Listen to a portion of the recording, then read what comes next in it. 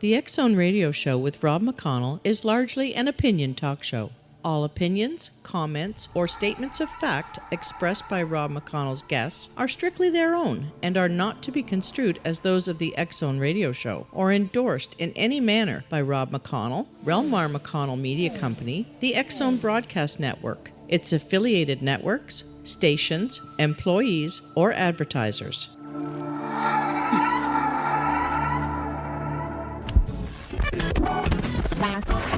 All Hit Radio.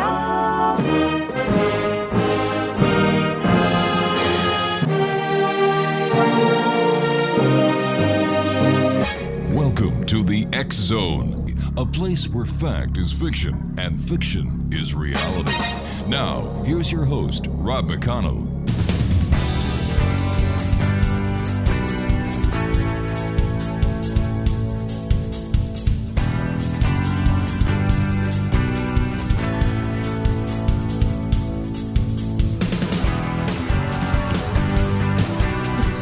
Welcome back, everyone. This is the X Zone. I am Rob McConnell, coming to you from our broadcast center in Hamilton, Ontario, Canada, on the shores of Lake Ontario, between the city of Toronto and Niagara Falls. If you'd like to send an email, xzone at xzoneradiotv.com, on all social media sites, Xzone Radio TV. And to find about the great programming we have available for you 24/7, 365 on the X Zone Broadcast Network, visit www.xzbn.net. And as always, the X Zone is coming to you around the world on the X Zone Broadcast Network, Talkstar Radio Network, Mutual Broadcast Network, and iHeartRadio. And don't forget, we can also be watched on Simul TV. My guest this hour is Erika Mailman, and let's just take a look at her website at www.erikamailman.com. And it says, "Welcome to my website. I write historical fiction, sometimes with a contemporary narrative. If you'd like to travel to medieval Germany, Gold Rush San Francisco, 1892 Massachusetts, or the early Oakland during the fight for suffrage, you've come to the right place." Joining me now is Erika Mailman. And Erika, welcome to the X Zone. Thank you so much, Rob. It's nice to talk to you. Nice talking to you, too. My goodness, tell us a little bit about yourself and how your journey to writing came about. I've been interested in writing fiction and poetry ever since I was a child. In fourth grade was when I first kind of had the idea I wanted to write. And I've had a long, circuitous journey to publication. And most recently, in October of 2017, my novel, The Murderer's Maid, a Lizzie Borden novel, was released from Yellow Pear Press.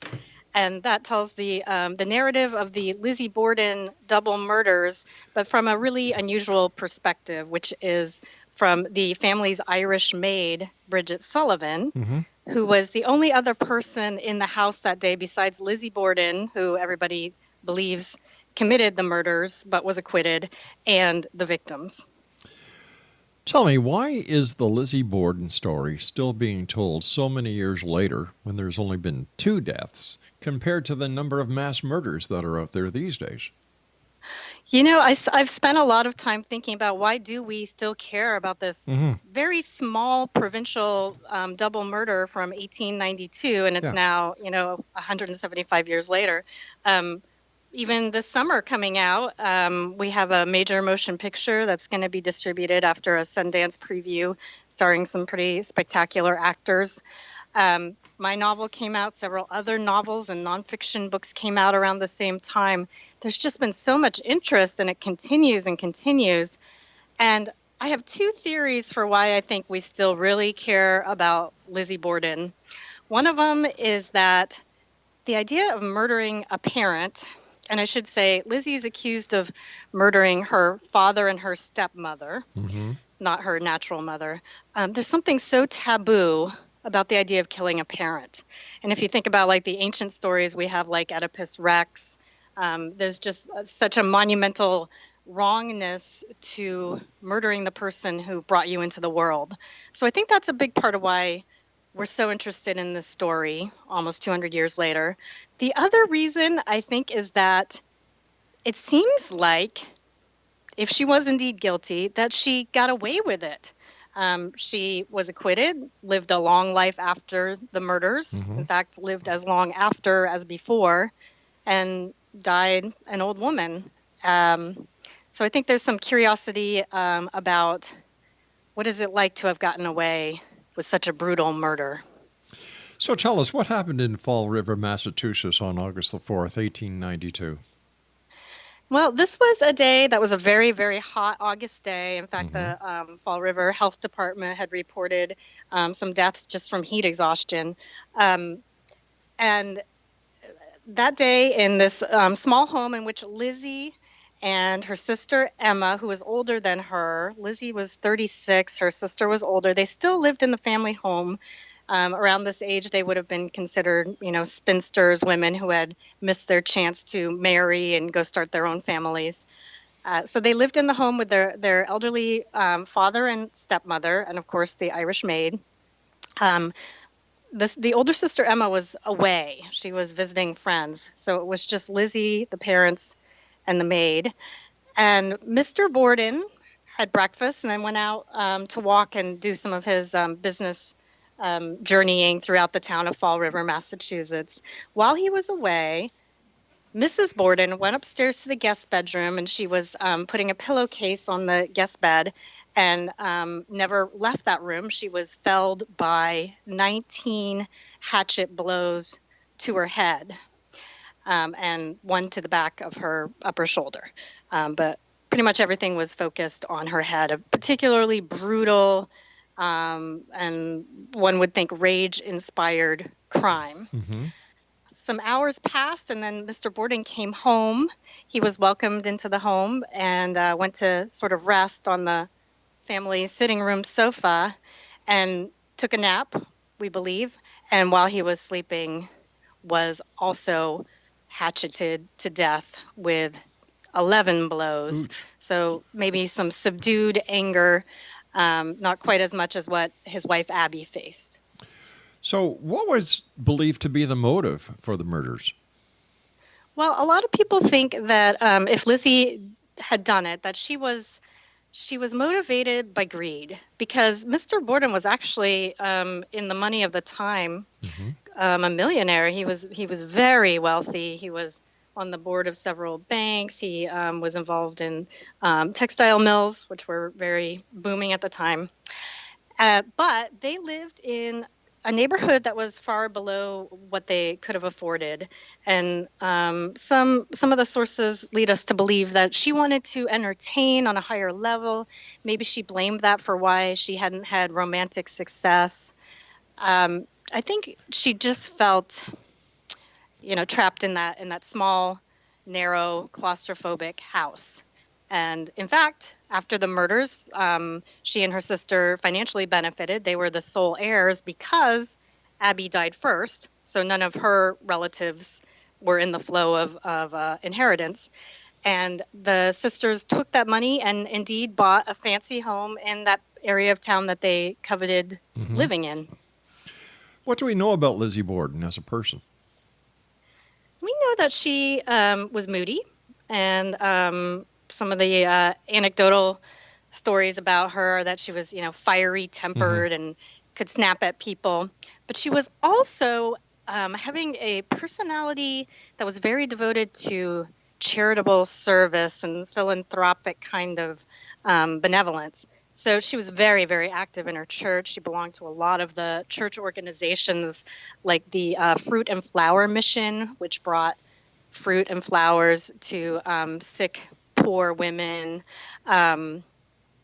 things like that, where Christian, the temperance movement. She was involved in these kinds of women's circles within the church. So I think... Oh, go ahead. No, I was just going to say that doesn't seem to be the kind of person that would hatchet her parents. Exactly so. And I think maybe that was that conscious on her part? Like, I will build up a reputation in the community for being very good? Or was it just that there was so little else to do that she's like, okay, I guess I'll volunteer on Sunday afternoon so I have something to do after church? Or is it possible? Or the third is that she was actually motivated to be a good person. which Or maybe is the most likely. there's another possibility. What's that? Maybe she didn't kill her parents. That is absolutely a very strong possibility, and the jurors of 1893 believe that. What do we know about the Irish Maid? We know that when she first arrived in the United States from Ireland, she was, I use the phrase restless, because she moved around from state to state in a period of just a few years. And even within Fall River, she had worked for 2 other families before she came to the Bordens. She was somebody who just moved a lot. And we know that she tried to quit with the Bordens because it was such a tense home and joyless, I believe. And Mrs. Borden begged her to stay. And so she did. She stayed a little longer, probably to her detriment, because then she was, pulled into all of the drama around these murders.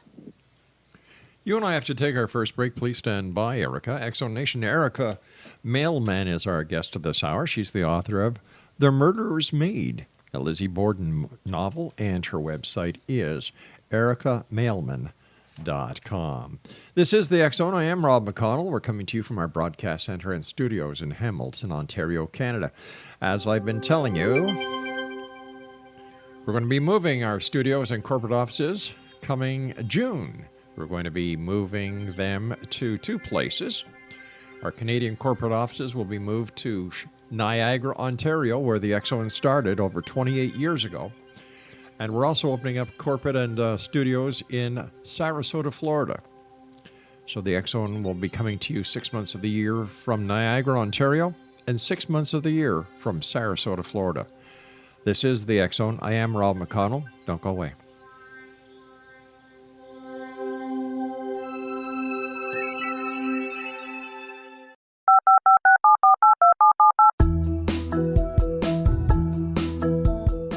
Did you know that when you're on the road with limited data or Wi-Fi, you can still listen to the X-Zone radio show with Rob McConnell, The Science of Magic with Gwilda Wiyaka, X-1, Dimension X, Space Patrol, and every minute of the X-Zone broadcast network by calling 213-401-0080, courtesy of Audio Now. No smartphone, app, or internet needed. It saves your data plan, and it's free if you have unlimited minutes. Call 213-401-0080 to listen on any phone, anytime, anywhere. Remember, 213-401-0080 for the best of the paranormal, parapsychology, and sci-fi radio programming anywhere, 24/7, 365. You have heard of the X-Zone? Now watch it on Simul TV, plus 500 video games, live TV channels, free video on demand, worldwide, and more. Does this sound like tomorrow's television? Well, it is, but you can have it today, right now. It is Simul TV. Simul TV offers what the others only wish they could provide. 15 exclusive channels like X-Zone, sci-fi, and horror. We are worldwide. No other provider offers that. 500 built-in video games. No need to have an extra expensive system. We have them included. Free video on demand. Live streaming events from around the world. Interactive online network, and much more. Tomorrow's TV today. Simul TV. Sound too good to be true? Well, it's not. You can have Simul TV today. Sign up at simultv.com. Do it today.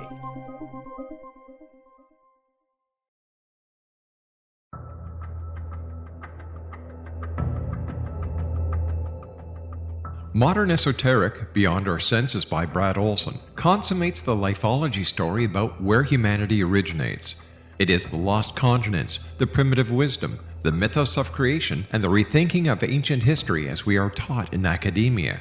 There is much more to the story than what we have been told. As this is the first book in the Esoteric series, Modern Esoteric starts at the beginning of time and accelerates up to this modern age.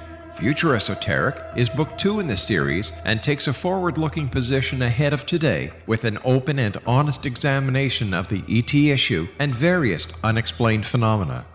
To discover the writings of author Brad Olson, visit www.bradolson.com.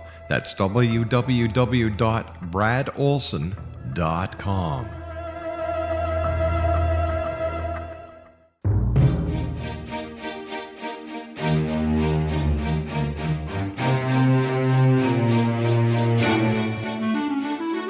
Erika Mailman is my guest of this hour, Explanation. She's the author of, are you ready for this? The Murderer's Maid, a Lizzie Borden novel. Chop, chop, chop, chop, chop, chop, chop, chop, chop, chop. Oh, my goodness. Why do we pay all the attention to Lizzie Borden and not the others who could have been suspect? That's an excellent question. Lizzie wasn't immediately suspected right after the two bodies were discovered.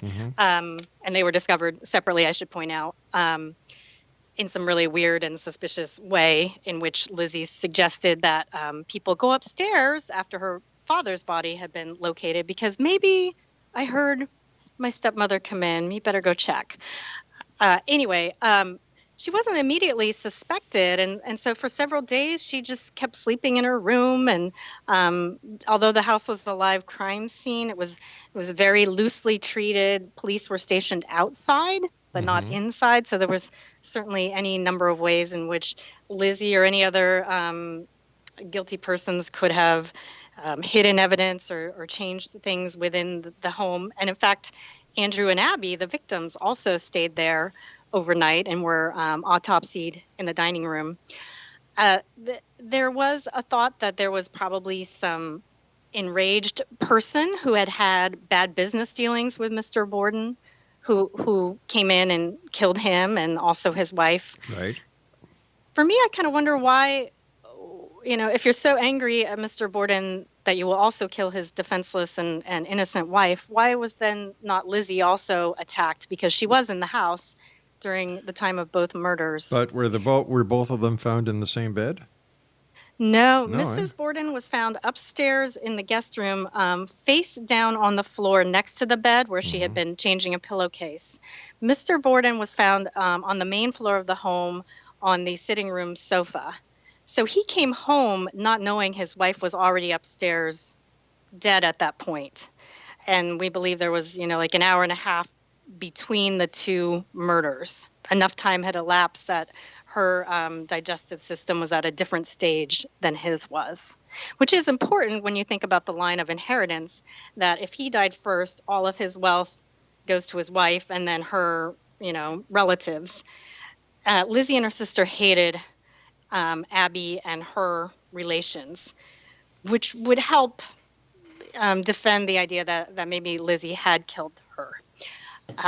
So because Mrs. Borden did die first, all of her share in the Borden wealth went then to her husband and then thence to his children only.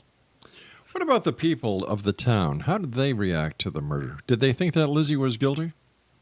No, right away, people were so outraged and upset that Lizzie was considered capable of murder. Everybody kind of circled around her to say, like, oh, how could they think you could do something so brutal? You're a wonderful woman. You're so involved in church work. But as time went on and Lizzie failed her inquest, I guess you could say, she was found, quote, probably guilty at the inquest and then arrested. And she spent close to a year in prison, in jail, awaiting her trial in June of 1893. And during that time, I think people's support of her started to wane. Some of her closest friends, including Alice Russell, converted from being people who would testify in her defense to people who would testify against her and help the prosecution. So I think emotions cooled, and after she was acquitted and went to live in her home that had a name of Maplecroft in Fall River, she stayed in Fall River but just moved to a nicer neighborhood. People would pull up carts to meet the train and charge people, like day trippers, to drive to her house, and they would stand outside and narrate while she was inside, probably able to hear some of the shouted narration about her supposed crimes. Also, just like they're doing these days when they stay there as a bed and breakfast. exactly so. Some things Yes. never change, eh? Follow the money. Yeah, people are interested in the lurid nature of this crime, and little children would ring her doorbell and then run away. Those kinds of things, those kinds of small cruelties, and also, of course, the rhyme, the jump rope rhyme, is supposed to have been like a childish invention with which they taunted her, and it may be worth saying that rhyme just because it's so well known. Sure, go ahead. And it's a lot of people's first introduction, in fact, mine, to the whole circumstances of this case. And it's Lizzie Borden took an axe, gave her mother 40 whacks. When she saw what she had done, she gave her father 41. So she was tormented. She was cut on the street, that old-fashioned word that means she would be approaching somebody on the street and they would kind of cut their chin away from her and pretend they didn't see her. And actually, I was listening to something just earlier today that suggested that maybe that was less because they thought she was guilty and maybe more just because she had been tainted by the whole distastefulness of spending close to a year in jail and being touched by the distasteful events of this double murder. So that's a possibility, too. Maybe they were just like, this isn't genteel and ladylike, and so I'm just going to pretend I don't see you. Tell me about the trial. All right, so that took place starting in June of 1893. The murders had been in August of 1892, so almost a year later. It had some very theatrical moments, including the skulls of Mr. and Mrs. Borden were produced in trial. The bodies had been, unbeknownst to Emma and Lizzie, the daughters, had been decapitated during a second autopsy that took place in the town cemetery. In an outbuilding at the cemetery, not outside. And a doctor had taken those heads and rendered them down to the bone. In other words, he had boiled them on his kitchen stove.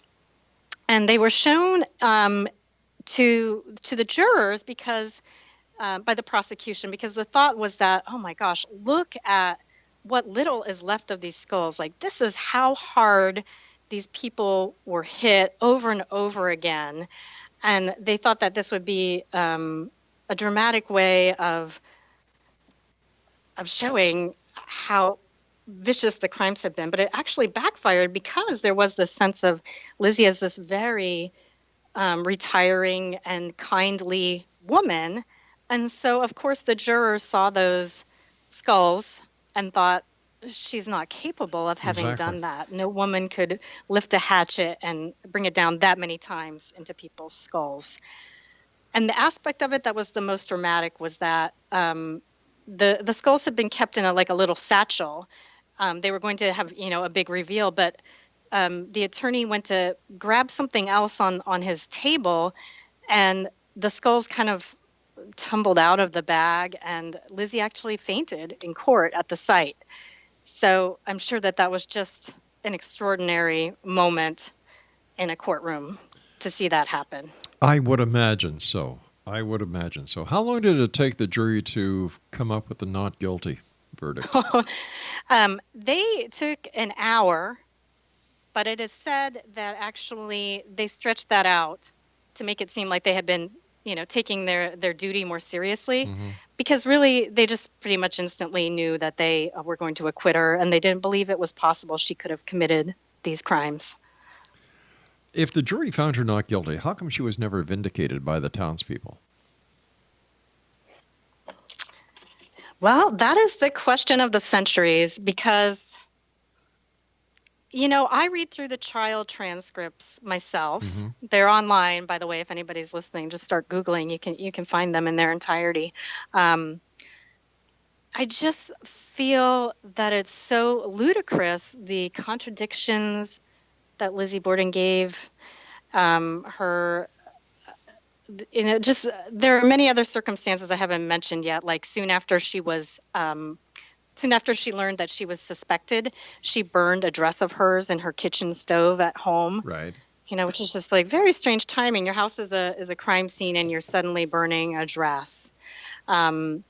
There was somebody who was going to testify that Lizzie had tried to buy prussic acid, which is a poison, in the days right before the murders. And in fact, everybody in the household was vomiting before the murders, and Bridget was vomiting the day of. And the doctor who lived kitty corner from them, Mrs. Borden, went to see him the day before she was killed to say, I feel like somebody's poisoning us. So there are just so many, many little details that when you one by one, you could discount them. But when you have this kind of critical mass, I just feel, I of course reserve judgment that she may have been innocent. But my gut feeling is that she was not. So if she was found guilty innocent by her peers, why continue the story? To me, it's all right. She was charged with murder. She was found not guilty. Life goes on. Oobla-dee, oobla-da. Well,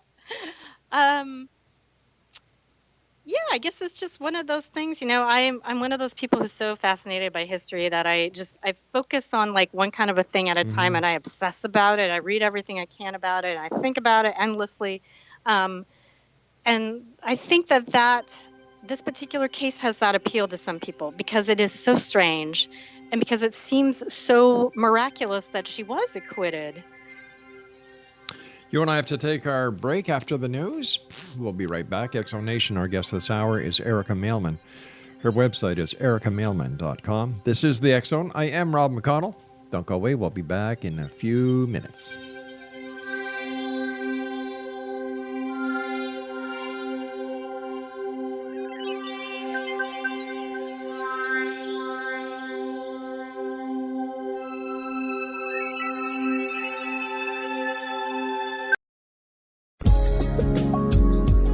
From our broadcast studios in Hamilton, Ontario, Canada, to the world and beyond, you're watching the X Zone Broadcast Network, www.xzbn.net.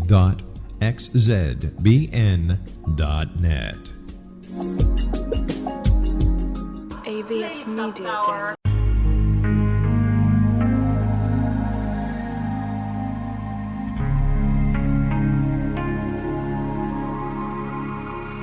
The scientist and the mystic have been on an age-old, relentless search with one thing in common. They seek truth. Their paths converge in the 40,000-year-old practice of shamanism, an ancient science delving to the quantum level of life, facilitating healing, manifestation, and evolution.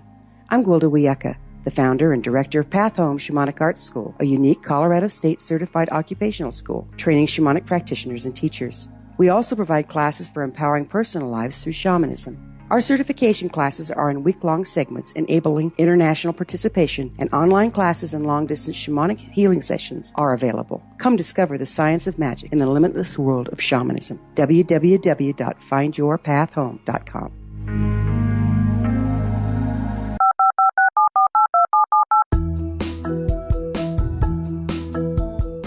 Did you know that when you're on the road with limited data or Wi-Fi, you can still listen to the X Zone Radio Show with Rob McConnell, The Science of Magic with Gwilda Wiyaka, X-1, Dimension X, Space Patrol, and every minute of the X Zone Broadcast Network by calling 213-401-0080, courtesy of Audio Now.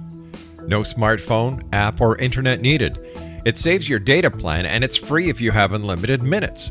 Call 213-401-0080 to listen on any phone, anytime, anywhere. Remember 213-401-0080 for the best of the paranormal, parapsychology, and sci-fi radio programming anywhere, 24/7, 365.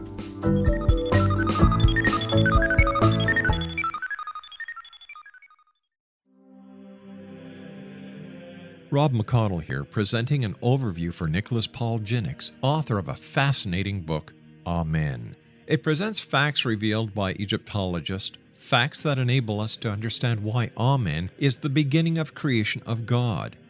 It provides recommendations for religious leaders of the major religions to unify their beliefs and teach the Word of God. Love one another. Amen informs people how mankind conceived God. It was the Egyptians that developed the concepts of a soul, a hereafter, and Son of God. And finally, after the worship of many gods, they conceived the belief in one universal God, the maker of all there is. For more information, visit www.futureofgodamen.com. That's www.futureofgodamen.com.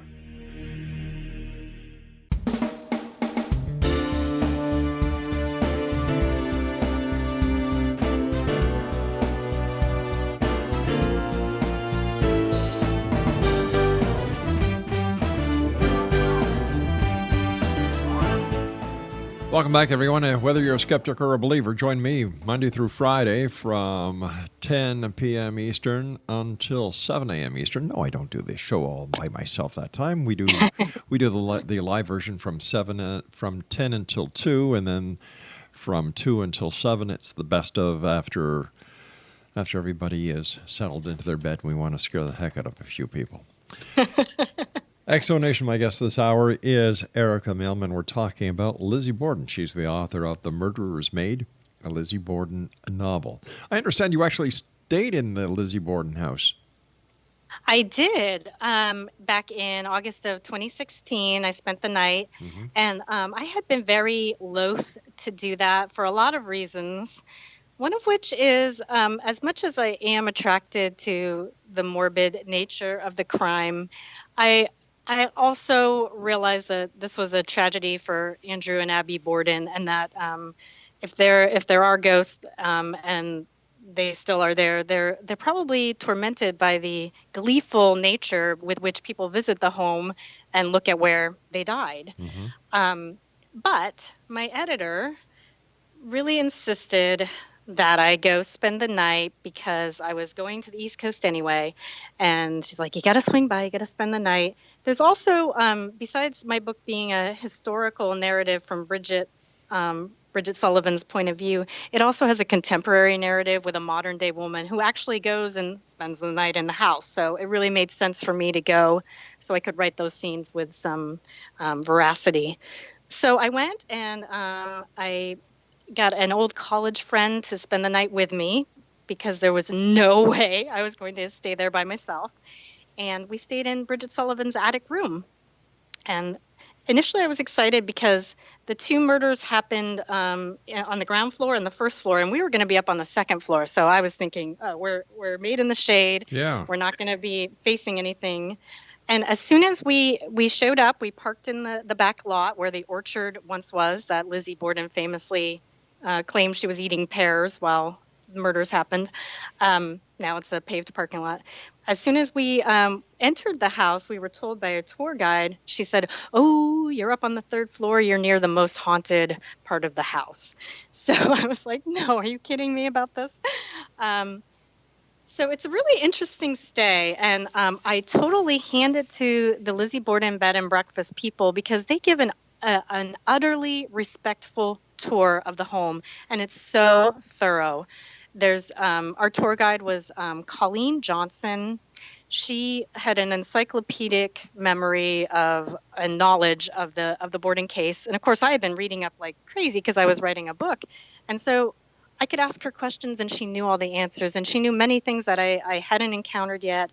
It was just a wonderful tour. It takes 2 hours to go through this house from attic to cellar, stopping in every room and learning all the facts. And you would think a 2-hour tour of a small home would be a little bit of maybe a drag. Oh, it's so spectacularly interesting. It's so well done. And after you have your 2-hour tour, you get to eat snickerdoodles. And then they leave you with the other guests in the home alone. And when we realized that, we, who were all strangers to each other, we were staying in the different rooms of the home. We're like, what, wait a minute, you're going? You're leaving us here by ourselves? And she's like, yep, there's a phone in the kitchen if you need to call 911. So it's really an interesting, trust-driven kind of business because there you are in this historic home and you're with other people who are interested in the case, I think who you met a few hours earlier. I think you hit the nail on the head when you said business. Yeah. You know, it's a cash cow. What else is there to do in that part of Massachusetts? What else is there in Fall River? Well, it's pretty interesting. I have some fairly fresh news. Maplecroft, which is I mentioned earlier, is the home where Lizzie and her sister moved to after the murders. That has been purchased by the same couple, and they are trying to outfit that as well as at least a place to tour, if not to stay overnight. No, to And, say it's not. Say it's not so. Say they're not going to turn that into another cash cow. Well, I think that there probably is enough interest for them to open the second home. And I think really for Fall River, it's something that they do need to capitalize upon, because that's why a lot of people come to Fall River. They have this interest in it. And so why not treat it respectfully and as respectfully as possible and use that. I mean, certainly, if you're interested in this case, the idea that you could walk inside Maplecroft is pretty interesting. I'd actually really like to see it. I'm going to be returning to Fall River this summer. If anybody in Ontario, Toronto area wants to head towards Massachusetts, I'll be there June 7th, actually doing a presentation in the public library in Fall River about Lizzie Borden and about my book. And there's also Oh, go ahead. No.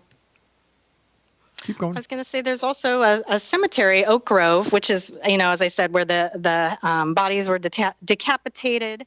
And there's a big Borden plot there with all of the Bordens, including a sister who had been born and died soon between the two sisters, Alice. And it's really fascinating when you walk into the cemetery. There's big painted arrows on the pavement, just directing you straight to the Borden plot, as if you wouldn't be visiting any other folks there. It's a little bit like you're saying that there is a certain tour based thinking there. Like, wow, people want to find that plot. But doesn't anybody find this totally disrespectful to the dead? Like, come on. Well, I'm one of them, Rob. I am one of them. I had severe reservations about it. I just think about the fact that if I had been hatcheted and lay face down on the floor and people were talking about my weight, because there was discussions about, like, how could you be in the house and not hear this close to 200-pound woman hit the floor? And she died in a house dress, kind of plain, to the degree that they were saying, like, well, clearly she didn't leave the house because she was in her plain house dress. It was so, I would think, humiliating. But how many murders are committed? How many murders are committed each and every day in the United States with a hell of a lot more violence than Lizzie Borden's case could ever imagine to have? And people say, well, okay, well, that's it. Nobody writes about it. Nobody makes a tourist trap out of it. Nobody is disrespectful to the dead by going to these cemeteries and gawking. I don't get it. Okay, I have one other theory to offer. Okay. Why this is attractive. All right. I think that the Victorian era was so death-based. Their mourning practices were so severe. We all know about, like, the stationery with the black rims that, is a stationery you write your letters on after somebody has died. You have to wear widow's weeds for a certain number of months or even years after someone you love has died, depending on depending on who that person was to you. And the mementos, like the brooches people would wear that were braided pieces of a dead person's hair because you love them and wanted to keep a piece of them with you. There was so much death in the Victorian era anyway. I think that we tend to romanticize that era. And when I think about, like, Sherlock Holmes or Jack the Ripper, and you think about that London covered in fog and how there's something kind of mysterious to the bloody murderousness. I mean, when you look at the photos of what Jack the Ripper did, you're just so appalled. And yet there's something kind of strangely romantic, attractive perhaps, about that fog-covered city. What do you think about that? Doesn't do anything for me. Well, You, me, and Andrew and Abby Borden can agree on that. I think there's something shameful and sad about it. I'm an ex-cop, and I've gone to many homicide scenes, and I don't find anything to do with a homicide to any degree that should be glorified, in which the manner of the Lizzie Borden case has been glorified, and to make money from a crime scene, in my view, it's despicable. I'm sitting here kind of nodding and trying to think about how to approach it. I don't want to defend it. No, listen, you're entitled to your views, and I'm not taking anything away from you. Let me say this: I would not have purchased the home to set it up as a bed and breakfast. That would not be my impulse. Mm-hmm. However, as somebody who's so fascinated by history, would I have wanted to walk through that house? Yes. But what historical value does it have? I don't understand this point. Okay, the ghoulish part, I know there's a lot of wackos out there who love this Ghostbuster stuff. I know it. But when like anybody who wants to spend time in a cemetery looking for a dead person's ghost, to my mind, is not a very sane person. But hey, people do it all the time. Well, think about the fact that there's a whole line of the genre of murder mysteries that are called cozies. As if it's like a cozy, like pull up your blanket and let's read about somebody being brutally murdered. That is strange. I agree. It is. I would rather bring my iPad to bed with me, kiss my wife goodnight, and watch Netflix. But that's just me. All right, we'll be back on the other side of this break. Don't go away. All right.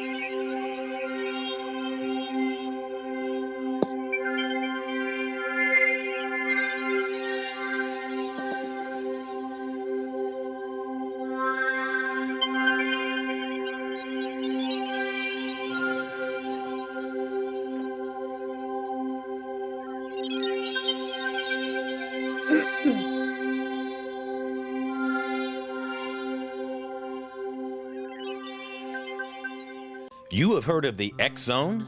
Now watch it on Simul TV, plus 500 video games, live TV channels, free video on demand, worldwide, and more. Does this sound like tomorrow's television? Well, it is, but you can have it today, right now. It is Simul TV. Simul TV offers what the others only wish they could provide. 15 exclusive channels like X Zone, sci-fi, and horror. We are worldwide. No other provider offers that. 500 built-in video games. No need to have an extra expensive system. We have them included. Free video on demand. Live streaming events from around the world. Interactive online network, and much more. Tomorrow's TV today. Simul TV. Sound too good to be true? Well, it's not. You can have Simul TV today. Sign up at simultv.com. Do it today. The new nonfiction book, Razor of Madness, is similar to cult movies like Clockwork Orange, Dragon's Tattoo, or The Other Side of Hell. Wayne Morin Jr. and Thomas Lee Howell expose widespread and systematic deficiencies in this thought-provoking tell-all novel. Mind control rages among scholars in law schools. Human rights are ignored while thought reform and mental manipulation are accepted practices used as behavior modification. Dr. Louis Jolyon West comes to mind. Media and public scrutiny shows that United States mental hospitals are in fact destructive murder industries. Razor of Madness expose novel details this epidemic through an in-depth professional and personal investigation. For decades, there has been a revolving door policy that still releases killers and pedophiles back into society. The maestro of mind control continues to haunt America to this very day. Razor of Madness is available in paperback or as a downloadable ebook at Amazon.com. I'm William S. Peckham. If you enjoy a good mystery with a touch of the paranormal, then you'll love my novel, From Out of the Woodwork. It's the story of a young Toronto contractor, Sean Kennedy, who buys derelict homes, guts them, and turns them into multifamily dwellings.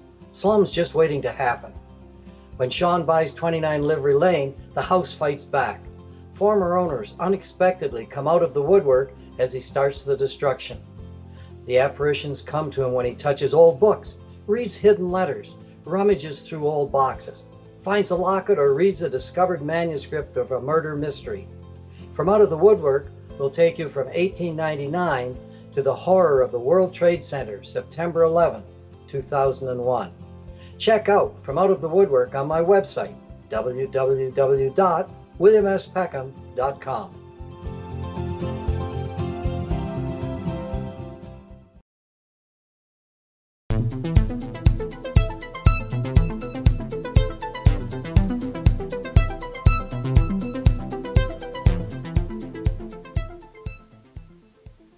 Welcome back, everyone. Erika Mailman is my special guest this hour, www.erikamailman.com. She's the author of The Murderer's Maid, a Lizzie Borden novel. If, in fact, Lizzie Borden did not kill her parents, and was there any investigation into who did? Yeah, certainly. Yeah, there was a lot of investigation, although maybe not to the level that we would have wished. There were investigations into people who had business dealings with Mr. Borden who may have harbored resentments against him. There were some specific people who were targeted. There was talk of a Portuguese man. There was talk of somebody who outside town limits was sitting on a log weeping, saying, "Poor Mrs. Borden, poor Mrs. Borden." So they did try to follow leads, and including Lizzie had said, there was a period of time where Mrs. Borden was lying upstairs undiscovered but dead. Lizzie had said Mrs. Borden went out. She got a note from a sick friend to come and visit her. And so there was an ad in the paper where they were offering a reward for anybody who could come forward and say, like, I was the one who sent the note, or I know who was sick. Nobody came forward. And this case just fizzled out. It's a cold case file. Yeah. Interestingly enough, every year on the anniversary of the murders, the Fall River newspaper would run this front page, totally tongue-in-cheek, taunting headline about, a year later, we still haven't found the culprit. 20 years later, we still haven't found the culprit. So that was a little bit of needling Lizzie, like, we know you're guilty, so, like, why can't the police come up with the actual murderer? Because there isn't one. I think the police work was not fine that day. I described some of the things previously where the house was left unattended to people inside who could hide evidence, maneuver things around. In particular, the idea that if Lizzie had been wearing a dress while she committed these murders, they should be blood-stained, blood-spattered. And so officers did go through this, what they called a clothes press. It was a room for clothing storage. But at the time that they went through it, they were only looking for a potentially hidden murderer man. So they were just kind of like thrusting dresses aside off of their nails without really looking at the dresses themselves to see if there was blood on them. Lizzie did change her dress sometime after both bodies were discovered. So she may have hidden a bloodstained dress inside of another dress in the clothes press. And then later, as I described, she had burned a dress in the kitchen stove, and that was witnessed and shared with law enforcement. While you were at the Lizzie Borden place, did you see any ghosts? Did you hear anything strange, weird, wonderful, bizarre? That's really interesting. I didn't feel anything, and I was definitely open-minded about what I might sense there. My friend also who stayed there with me just felt like it's just an old tired house. There's nothing here. If there was anything, it is long gone. There's a lot of paranormal investigations that take place at the house. And in fact, while we were there was a man who had set up a laptop, like a heat sensitive camera that he left trained on the sofa all night long to see if something arose. So yeah, I had a strange nightmare, but that doesn't really surprise me. That was really the only thing. My friend we were that morning after we survived the night. She was like, I feel perfectly fine. I'm just going to go down to the kitchen and start the coffee brewing. I'm like, okay, great. I was writing in my journal or something. And she goes, you want to go down with me? So she felt brave, but ultimately she couldn't go down the 3 stories by herself. I had to go with her. Tell us about some of the other books you've written. Oh, I have a novel called The Witch's Trinity, which is about medieval witchcraft, about an elderly woman who's accused of witchcraft by her own daughter-in-law, based on the statistical anomaly from medieval Germany, that was often the case. Mm-hmm. I have a novel called The House of Believer, which is set in an actual house museum in Oakland, California, a governor's mansion, but I fictionalized it, and it's a literary ghost story. And then Woman of Ill Fame is my novel about a gold rush prostitute who gets caught up in a serial killer's net and has to figure her way out of it. Wow, you've gone right across the spectrum. Well, the thing that all 4 of them have in common is like a strong woman protagonist. I think I'm looking at the women of history who haven't always had a voice and giving them a voice. Maids, prostitutes, the elderly, people whose names we don't remember, like the kings and queens, but people whose lives were nonetheless very important. How so? Because every life is important. I understand that, but there's a big difference between the life and times of a king or queen to that of a prostitute. Well, I don't know. The prostitute herself might say my life is equally valuable or more so to me because it's mine. And I think that harks to what we were just talking about before the break, that, murder is despicable because it's the end of that one person, and each life is supremely valuable. Oh, I'm not saying that murder is not despicable and that all life is very valuable. What I'm saying is that why waste time on writing about a prostitute when there are such other people who have contributed so much to the evolution and to society? That would maybe if that prostitute's birth had been of better circumstances, she would have been a queen and would have affected the roll of time. And if my aunt had been my uncle, things would have been different as well. It's just like all the stories now coming out about Stormy Daniels and the president. Who gives a damn, for God's sake? She's a sex trade worker. Do you think that anybody with half a brain in their head would give her any respect? I don't. Oh, wow. I feel like there's some people who circumstances push them into choices they wouldn't otherwise make. And especially in the era in which I set my book in the 1800s, where really, if you didn't have a male kin to protect you, to provide shelter, food, you have to put food on your table one way or another. And I actually have the admiration of those women who managed to thrive in the worst of circumstances. You break the law, you suffer the consequences. At different points in our history, even in our country's history, prostitution has been completely legal. And in some places, like in San Francisco, this is pretty interesting. In San Francisco and in Oakland, in a certain turn of the other century time period, not only was prostitution legal, but it was endorsed by the police department. And you would go and get like a pass book from the police. You would register. It was almost like a passport. Your photo was in it. And the pages that were stamped by a doctor every few weeks to prove that you were clear of venereal disease. So a potential visitor could ask to see your book and be like, okay, everything's clean and good to go. So, people might argue that having registration is a good way to control it.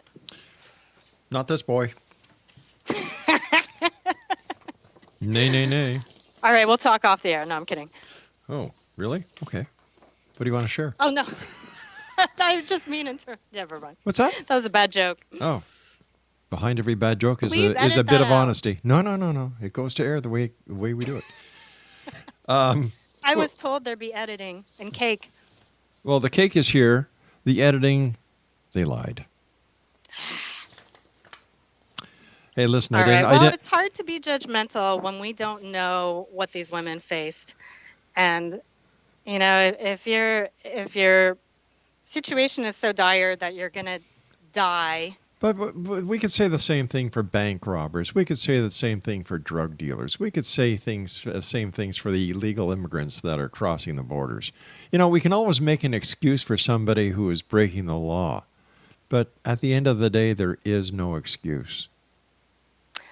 I would argue that some of those things you mentioned were not illegal. What's not? Yeah. What's not illegal? Well, I just talked to you about how at certain time periods prostitution was not illegal. I agree. I'm talking about today's society. Well,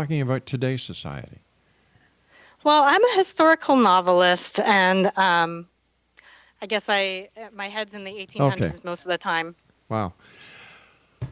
Listen, I want to thank you very much for joining us tonight. It's been a great pleasure talking to you and X-Zone Nation. Let me just see something here. X-Zone Nation, if you'd like to get more information about our guest, Erika Mailman, who is the author of The Murderer's Maid, a Lizzie Borden novel, her website is www.erikamailman.com. You know, darn it, Craig, I forgot to ask her one very important question. And I'll send it out to you, the X-Zone Nation. If Lizzie Borden would have been Leonard Borden, male, would this story still be perpetuated by authors and throughout history? I think not. And if Lizzie Borden was found innocent by the members of society who were part of that jury, what right does anyone have to perpetrate and continue questioning the legalities of her innocence? Because they're only doing it to make money. It's a cash cow. And any city, municipality, who allows this to happen, man, you guys are despicable. It's just like those whack jobs in Roswell, New Mexico about the UFOs and the aliens and everything else. Give your head a shake. Reality time check, everyone. We'll be back on the other side of this news break at 6.5 minutes past the top of the hour. Whatever you do, don't go away, because I'll be back.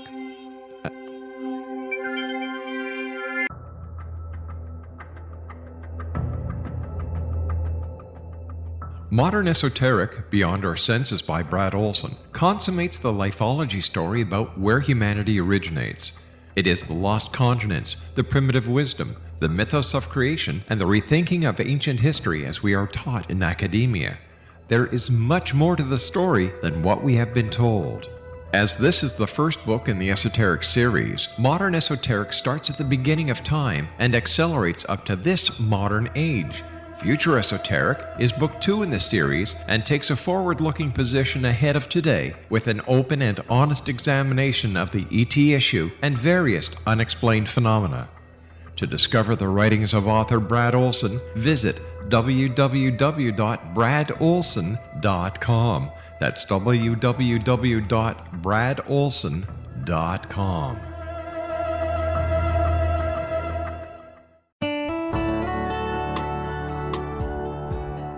Are you or is someone you know struggling with addictions, depression, anxiety, relationships, low self-esteem, lack of confidence, grief, success, and prosperity? Do you know that your subconscious belief plays a big role in the outcome of your hard work?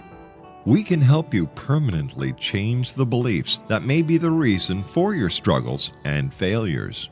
We care about getting you the return on your investment and the results you are looking for.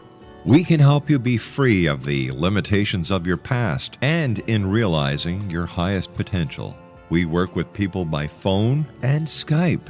For more information, visit us at www.ritasoman.com. That's www.ritasoman.com.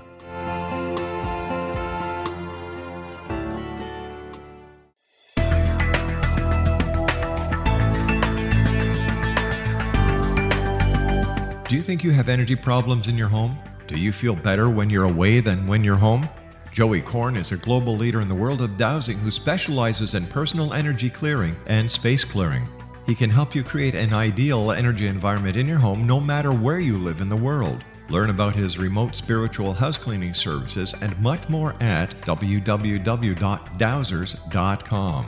You can get Joey's book, Dowsing, A Path to Enlightenment, as well as other dowsing books and tools, Kabbalah books, and Walter Russell books. Joey's work is really amazing. Go to dowsers.com right now. That's DOWSERS.com or call 1-877-DOWSING. That's 1-877-369-7464.